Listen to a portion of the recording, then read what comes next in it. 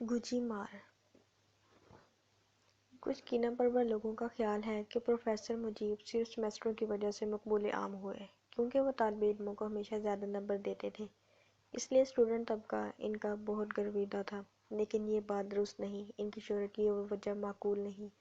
جب post graduate کلاسوں کے سالانہ امتحانات ہوا کرتے تھے تب بھی پروفیسر مجیب سارے کیمپس میں اچھی ہوا رکھتے تھے۔ اسٹاف روم کے پروفیسر، باغ کے مالی، لیب اسسٹنٹ ان کی تعریف کرتے، سنڈیکس کی میٹنگ میں کبھی ان سے کسی کا جھگڑا نہ ہوا۔ وائس چانسلر کی میز پر مکہ مار کر کسی نے انہیں بات کرتے نہیں دیکھا، کیفیٹیریا میں کسی نے انہیں دیوار کے ساتھ پیالی مار کر توڑتے نہیں پایا۔ پروفیسر صاحب محتمہ بدھ کا نیا ماڈل تھے، فرق صرف اتنا تھا کہ محتمہ بدھ کپل دستور کا شہزادہ تھا اور اس نے راج پاٹ چھوڑ کر بنواس لے لیا تھا۔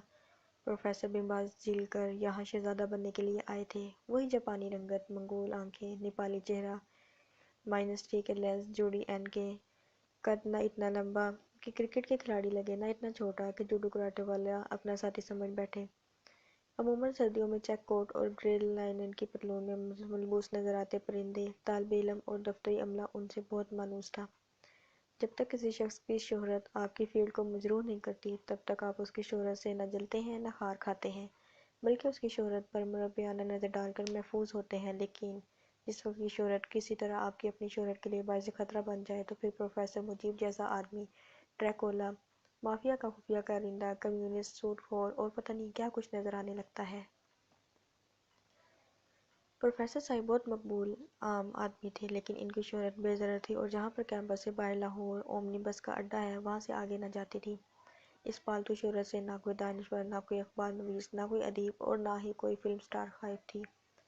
لیکن پھر پروفیسر مجیب نے ایک کتاب لکھ ڈالی، یوں سمجھ لیجیے کہ ان کی بے ضرر مقبولیت اب ایک ننگی الیکٹرک تار تھی جس میں 440 وولٹ کی بجلی گزر رہی تھی۔ خود موصوف کو علم نہ تھا کہ ان کی کتاب جو محض برسوں کے مشاہدے کا نچوڑ تھی، یکدم دوسروں کے لیے اتنا درد سر بن جائے گی۔ جو کتاب کی مقبولیت میں اضافہ ہوا، پروفیسر صاحب کے خلاف بھی ایک رد عمل کی لہر دوڑنے لگی۔ اس سے پہلے کیمپس کا موسم ان کے لیے نیر دبی کا موسم تھا، سردیوں میں بھی معتدل، گرمیوں میں بھی خوشگوار۔ لیکن جب کتاب پر تبصرے شروع ہوئے وہ سٹالوں پر بکنے لگی۔ ٹیلی ویژن پر اس کتاب کے بارے میں اٹھنے والی شکوک رفع کرنے کے لیے ایک 30 منٹ کا خصوصی پروگرام ہوا تو پہلی بار رد عمل پیدا ہوا۔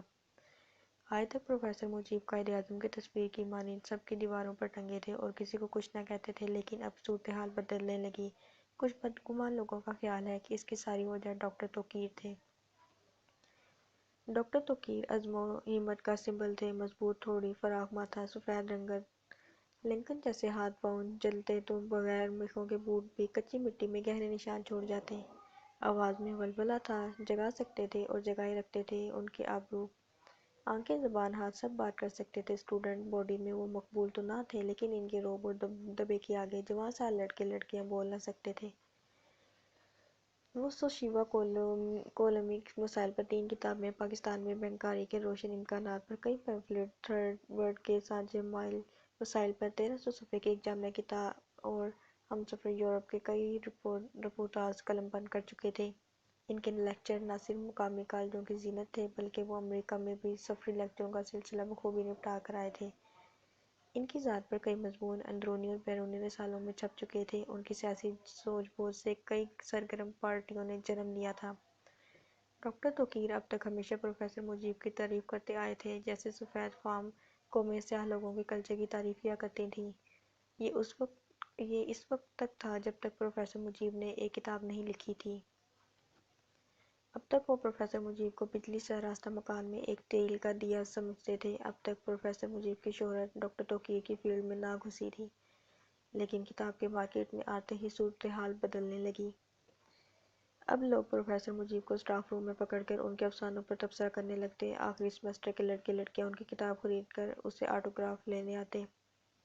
افسانوں کی زبان اور بیان کے چرچے ہوتے ہی کیمپس میں ایک نئے پیٹ کا اضافہ ہو گیا۔ سب ہی اول نئے جانور پر دشت شفقت پھیرنے کو تیار تھے۔ آج تک پروفیسر مجیب کے ماضی سے کسی کو دلچسپی نہ رہی تھی، اب پتہ نہیں لوگ کیسے اس کی فیملی بیک گراؤنڈ کے متعلق باتیں کرنے لگے۔ ایک روز جب وہ اسٹاف روم میں داخل ہوئے تو پروفیسر، جن میں ایک ڈاکٹر توقیر تھے، آپس میں باتیں کر رہے تھے۔ ہی از اے جولاہا بائی برتھ۔ ارے نہیں، میں جانتا ہوں، اس کا باپ خاصا بیچنے آیا کرتا تھا، ہماری گلی میں 2.5 روپے گز۔ جلاہا؟ نہیں نہیں، یہ تو ایک سید فیملی سے بلونگ کرتا ہے۔ ایسی کتنی سید فیملیاں پیدا ہوئی ہیں پاکستان بننے کے بعد۔ پروفیسر مجیب اسٹاف روم میں داخل نہ ہو سکے۔ وہ اپنا پن باس گزارنے آئے تھے اور وہ شہزادہ بننے کے لیے اس کھلے کیمپس میں رہتے تھے، اس لیے وہ چپ چاپ کلاس میں جانے کے بجائے ایک بینچ پر بیٹھ گئے۔ بینچ کے پاس گھڑل کی جھاڑی میں سرخ سرخ پھول لگے تھے اور ایک پرندہ بے دھڑک ان گھڑل کے پھولوں کا رس چوس رہا تھا، لیکن اس روز پروفیسر مجیب کے پاس لمبی چونچ والے اس سیاہ پرندے کے لیے آنکھیں نہیں تھیں۔ وہ برسوں سے اپنے جلاہے اور باپ اور غریبی کی زندگی سے علیحدہ ہو چکے تھے، انہیں تو اب وہ غریبی کوئی پرانی دیکھی ہوئی فلم لگتی تھی جس کے ہر سین پر وہ رویا کرتے تھے۔ بوڑھی کھانسنے والی ماں، کندھے پر کپڑے کا تھان رکھ کر لے آنے والا باپ، خدا جانے وہ سب کہاں تھے۔ ان کے ماں باپ، ان کی بہنیں، اس کی غریبی۔ جب وہ برکلے گئے اور ایم فل کرنے کے بعد لاہور واپس پہنچے تو ان کا رشتہ اپنے ماضی، اپنے ملک، اپنی زبان، اپنے کلچر سے ٹوٹ چکا تھا۔ اتنے رشتے ٹوٹ جانے کے بعد اپنے رشتہ داروں سے رشتہ توڑ لینے میں انہیں کچھ ایسی دقت محسوس نہ ہوئی۔ پروفیسر مجیب کو نہ اپنے جلاہے ہونے پر رنج ہوا، نہ غریبی کا کوئی افسوس ہوا۔ انہیں تو صرف اتنا افسوس ہوا کہ آج تک وہ اپنے آپ کو اتنا بے زر، اچھا، ہر دل عزیز سمجھتے رہے تھے کہ کسی اور شخص کو ان کے متعلق ایسے باتیں کرنے کی کوئی معقول وجہ ہی ان کی سمجھ میں نہیں آ رہی تھی۔ یہ نہیں کہ وہ ایسی باتوں کے عادی نہ تھے، وہ اس قسم کی گفتگو عموماً اسٹاف روم میں سنتے رہتے، لیکن یہ بات البتہ انہیں شوق کی طرح لگی کہ لوگ ان کے بھی بجے ادھیڑ سکتے ہیں۔ اب تک انہیں لوگوں پر پورا اعتماد تھا۔ پروفیسر مجیب ایک نارمل صحت مند شخص تھے۔ پہلی بار ان کے بارے میں چھید ہوا اور وہ اوپر چڑھنے کے بجائے نیچے کی طرف اترنے لگے۔ احساس کمتری میں عجب خوبی یہ ہے کہ ہوا کی طرح نامحسوس طریقے سے داخل ہوتی ہے اور ہوا کی طرح آہستہ آہستہ ہر طرف پھیل جاتی ہے۔ اس سے پہلے پروفیسر مجیب بڑے برنج تھے۔ اگر انہیں کوئی لطیفہ سنایا جاتا تو بڑی فراخ دلی اور اونچے قہقہے کے ساتھ ہنستے۔ طالب علموں کے ساتھ ان کا سلوک بہت دوستانہ تھا۔ اس میں کبھی فادر نگر کی کمینگی شامل نہ ہوتی، نہ ہی وہ طالب علم کی مدد ٹائر لون کی شکل پیش کرتے تھے، لیکن اس واقعے کے بعد جیسے وہ اپنی سالمیت کو خود ہی کوسچن کرنے لگے، اب انہیں ان مشوروں پر اعتماد نہ رہا جو وہ فراخ دلی سے کم تجربہ کار لڑکے لڑکیوں کو دیا کرتے تھے۔ لیکن ابھی ان کے احساس کمتری نے کوئی واضح شکل اختیار نہیں کی تھی کہ یہ محض ایک ہلکے سے ڈپریشن کی حالت تھی۔ وہ بیٹھے بیٹھے چپ ہو جاتے اور پھر دیر تک چپ ہی چلے جاتے۔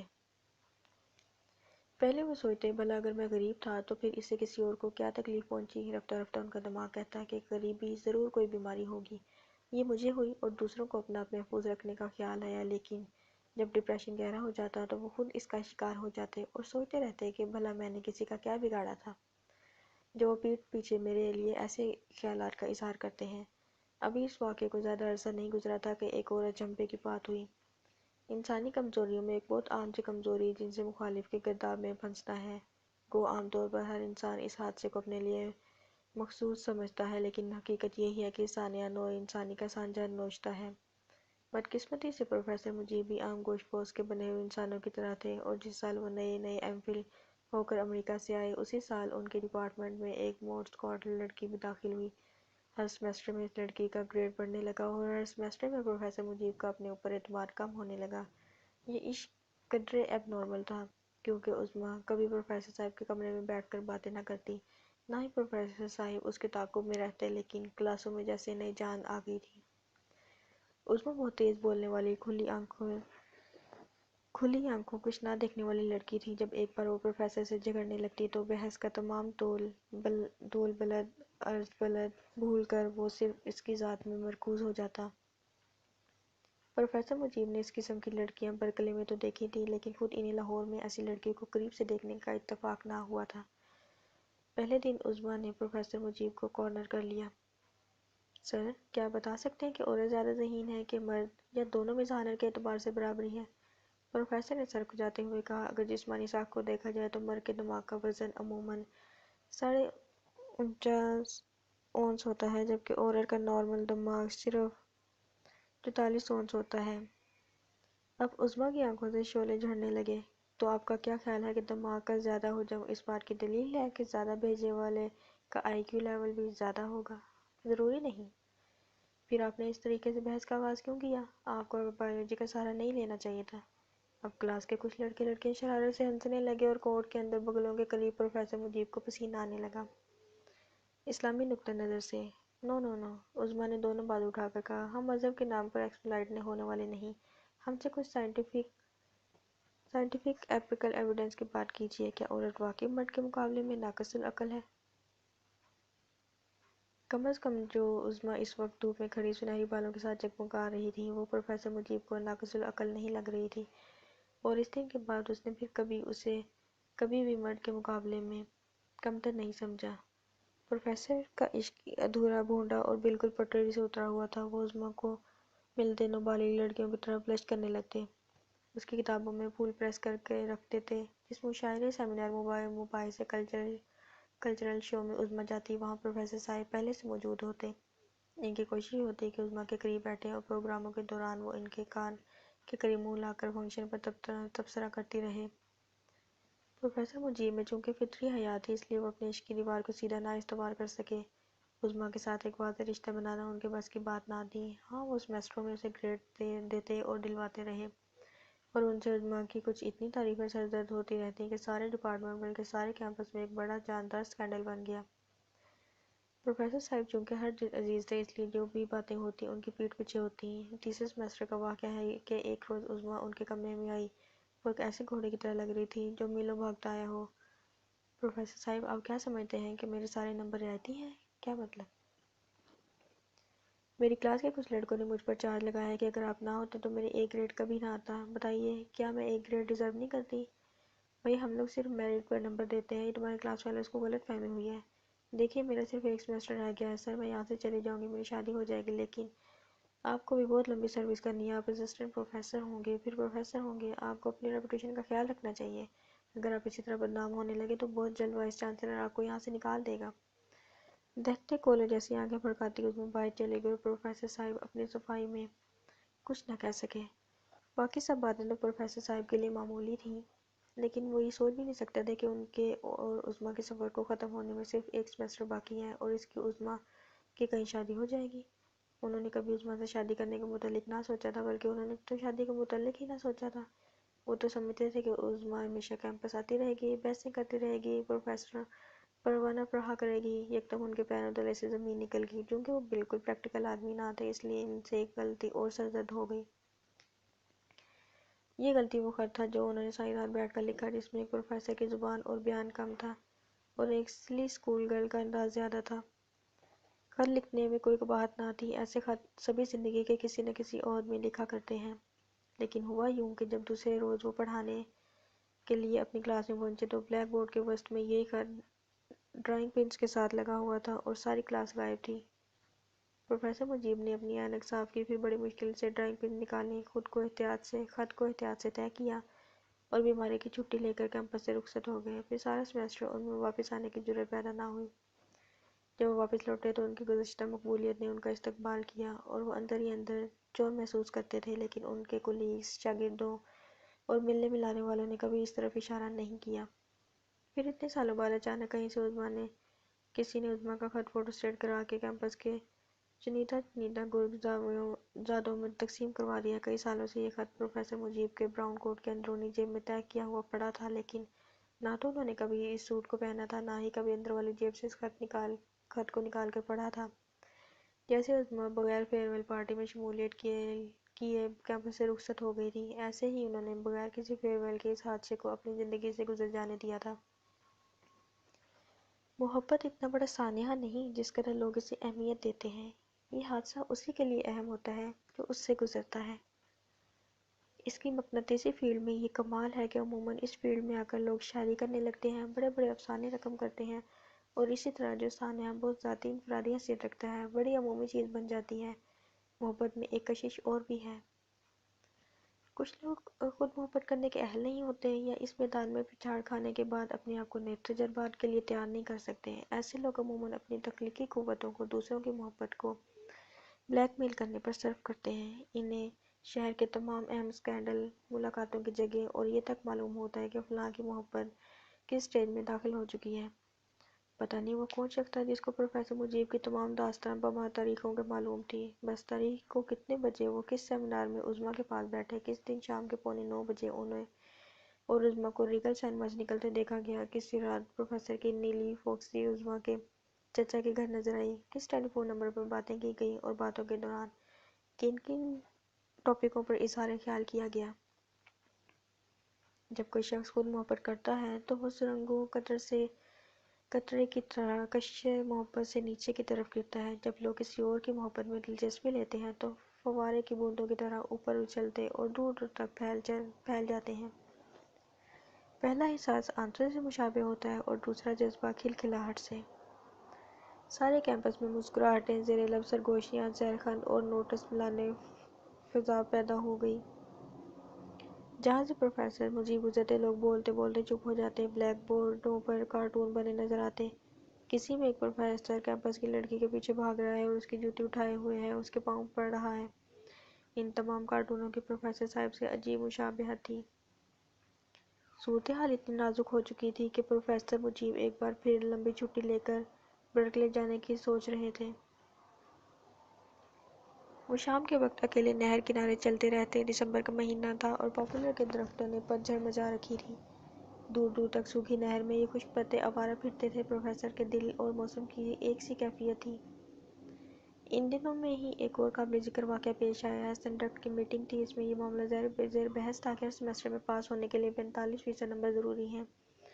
گو پروفیسر مجیب ان دنوں احساس کمتری کے نرگے میں آئے ہوئے تھے، لیکن بدقسمتی سے انہیں اپنے کیمپس کے ایسے شاگردوں سے محبت تھی جو امتحان میں کبھی کبھی نمبر نہیں لے سکتے۔ پروفیسر صاحب نے اپنی منی سی آواز میں ایک چھوٹی سی تقریر کر دی: شاگردوں کا دراصل کوئی قصور نہیں ہے۔ ہمارے ہاں جو تعلیم دی جا رہی ہے یا تو اس کی شکل بدلنی ہوگی یا پروفیسر طبقے کے اخلاق کو بلند کرنا ہوگا، تاکہ پروفیسر لوگ پوری ذمہ داری سے پڑھائیں اور شاگردوں کو محض ٹمکٹوئیاں مارنے کے لیے نہ چھوڑیں۔ پھر ایسے حالات میں جہاں 3 سالوں میں M A M S C ہو رہا ہے، امتحان ملتوی ہوتے ہیں، داخلے نہیں ہو سکتے، آپ شاگردوں سے کیا امید رکھتے ہیں اور کیوں امید رکھتے ہیں؟ شاگرد لوگ ہمیں وہی کچھ واپس دے رہے ہیں جو ان کی جھولی میں ڈالا جا رہا ہے۔ جب تعلیم دینے کا معیار کچھ نہیں تو امتحان میں 45% نمبر زیادہ نہیں، بہت زیادہ ہیں۔ ایک ہی سانس میں بغیر پلکیں اٹھائے جب پروفیسر صاحب نے یہ کچھ کہا تو ایک طرف سے ہلکا سا قہقہہ بلند ہوا اور ایک ڈپارٹمنٹ کے چیئرمین بولے: بڑی اچھی بات ہے کہ پروفیسر موصوف نے پروفیسر کی اخلاقی گریوڈ کی طرف اشارہ کیا ہے۔ امید ہے وہ اپنے گریبان میں بھی جھانکنے کی کوشش کریں گے۔ پروفیسر مجیب سکتے میں آ گئے جب انہوں نے اخلاقی گریوڈ کی بات کی تو ان کے وہم و گمان میں اس اخلاقی گریوڈ کا شائبہ نہ تھا جو جن سے مخالف کی وجہ سے پیدا ہوتی ہے، اور وہ اس وقت محض دیانتداری سے کام نہ کرنے کی کو اخلاقی گریوڈ کی معراج سمجھ رہے تھے۔ اس روز وہ سنڈکٹ کی میٹنگ سے لوٹے تو وہ سوچ رہے تھے کہ امریکہ کی مائیگریٹ کرنے میں عافیت رہے گی، کہ تصور میں لوٹ کر پناہ ملے گی۔ وہ تعلیمی ماحول سے چھپ کر کبھی منیاری کی دکان کھولنے کا سوچتے، کبھی ان کے دل میں خیال آتا کہ کوئی ایجنسی مل جائے، مثلاً پیٹرول کی ایجنسی، سیمنٹ کی ایجنسی، لیکن انہیں تو سوائے پڑھانے کے اور کوئی کام نہ آتا تھا۔ وہ ایسی ہی باتیں سوچتے فٹ پاتھ پر سوکھے ہوئے پاموں کے درمیان چل رہے تھے۔ اتفاق کی بات ہے جس قدر پروفیسر مجیب خود دل برداشتہ تھے، اتنی ہی زیادہ ان کی اکتاہٹ مقبول ہو رہی تھی۔ انہیں کسی تنقید نگار، کسی رسالے اخبار سے رجوع نہ کرنا پڑا اور پھر بھی دھڑا دھڑ ان کی کتاب پر تبصرے، رائٹ اپ کالم چھپ رہے تھے۔ لیکن کہتے ہیں جنگ میں وہی فریق جیت جاتا ہے جو اپنے دشمن کو احساس کمتری میں مبتلا کر دے، اور ڈاکٹر توقیر اب پورے طور پر فتح مند تھے۔ جس طرح ایک بند میں شگاف پڑنے کی دیر ہوتی ہے، سارا پانی خود اپنے وزن اور پریشر سے باقی سارا بند توڑ دیتا ہے، ایسے انسان کے اعتماد میں انگلی بھر زخم کرنے کی ضرورت ہوتی ہے، پھر سارا آدمی خود ہی پک کر پھوڑے کی طرح رسنے لگتا ہے۔ پاپولر کے درختوں تلے چلتے چلتے پروفیسر مجیب اس نتیجے پر پہنچے تھے کہ شیر کی ایک دن کی زندگی گیدڑ کی 1000 سالہ عمر سے بہتر ہے۔ وہ اب اسکیم بنا رہے تھے کہ کس طرح وہ شیر کی مانند ایک ہی جست میں خودکشی کر کے سارا حساب چکا دیں گے۔ پیچھے سے کسی نے ان کے کندھے پر ہاتھ رکھا۔ یہ ڈاکٹر توقیر تھے، عظمت و ہمت کا سمبل، مضبوط تھوڑی فراخ ماتھا۔ یار اکیلے اکیلے کدھر؟ پروفیسر مجیب سر سے پاؤں تک لرز گئے۔ انہیں لگا کسی نے چھت سے ان کی لٹکی ہوئی لاش پر کرکٹ کا بیٹ مارا۔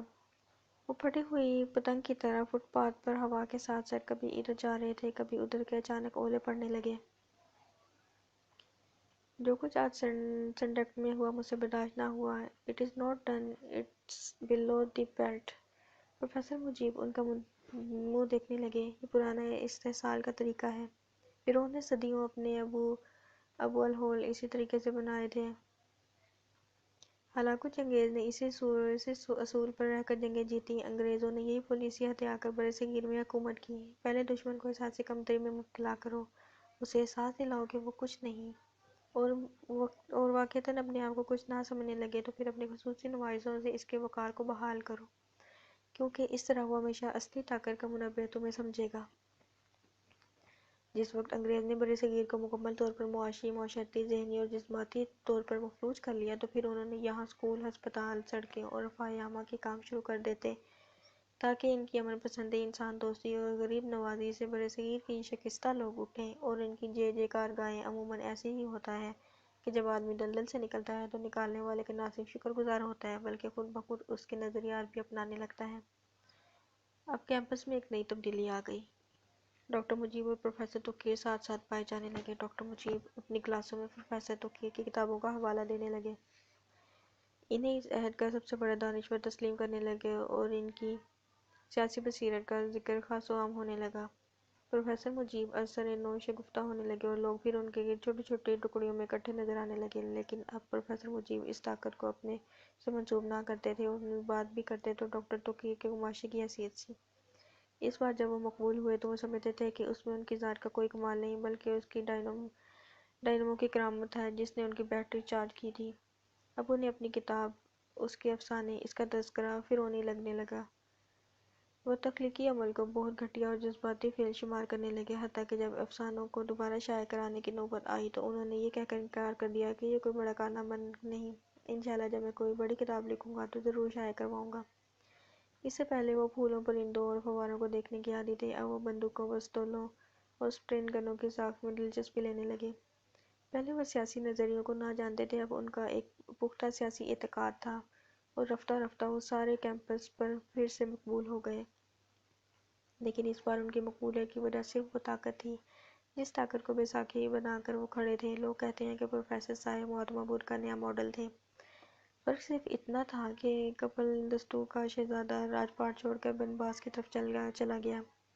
پروفیسر مجیب اپنا بن باز جھیل کر یہاں شہزادہ بننے کے لیے آئے تھے، ایسا شہزادہ جس کے لیے دیواروں پر لکھا ہوتا: مرگ بر شہزادی وقار، مرگ بر شہزادہ دلدار، مرگ بر شہزادہ والی تبار۔